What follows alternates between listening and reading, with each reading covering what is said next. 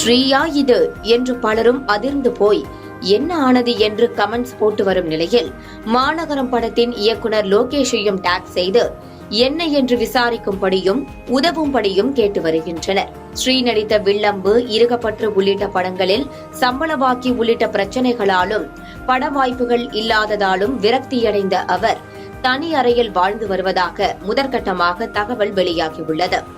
அவரை தொடர்பு கொள்ள முயன்றும் அது முடியாததால் நண்பர்களும் குடும்பத்தாரும் செய்வதறியாது திகைத்து வருகின்றனர். இந்த நிலையில் சமீபத்தில் தனது நிர்வாண வீடியோவை வெளியிட்ட ஸ்ரீ ஆபாச சைகைகளையும் காட்டியது பலரையும் முகம் சுழிக்க வைத்தது. தொடர்ந்து அந்த வீடியோவை இன்றைய தினம் அவரே டெலிட் செய்திருந்தாலும் இது போன்ற செயல்கள் அவரது மனநிலை குறித்த கேள்வியை எழுப்பியுள்ளது. இப்படியாக தினமும் ஒரு போட்டோவை போட்டு வரும் ஸ்ரீ இன்றைய தினம் புது வீடியோ போட்டிருக்கிறார். அதில் நான் புகைப்பிடிப்பதை விட்டு இன்றோடு 1 வருடம் 4 மாதங்கள் ஆகியிருக்கின்றன.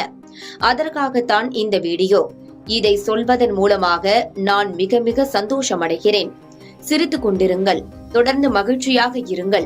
புகைப்பிடிப்பதை விடுவதற்கு முதல் 90 நாட்கள் சர்க்கரை கலந்த பிளாக் காஃபியை பயன்படுத்தினேன். ஆகையால் புகைப்பிடிப்பதை விடுவதற்கு நீங்களும் முயற்சி செய்யுங்கள் என்று கூறியிருக்கிறார். பிறருக்கு விழிப்புணர்வை ஏற்படுத்தும் விதமாக அவர் வீடியோ போட்டிருந்தாலும் அவரது உடல்நிலை மற்றும் மனநிலை குறித்து பலரும் கவலை தெரிவித்து வருகின்றனர். நல்லா வரவேண்டிய நடிகன் இந்த நிலைக்கு போயிட்டாரே, அவரை எப்படியாவது மீட்டு கொண்டு வாங்கப்பா என்று ஸ்ரீயை வைத்து படம் எடுத்த படக்குழுவினருக்கு பலரும் வேண்டுகோள் விடுத்து வருகின்றனர்.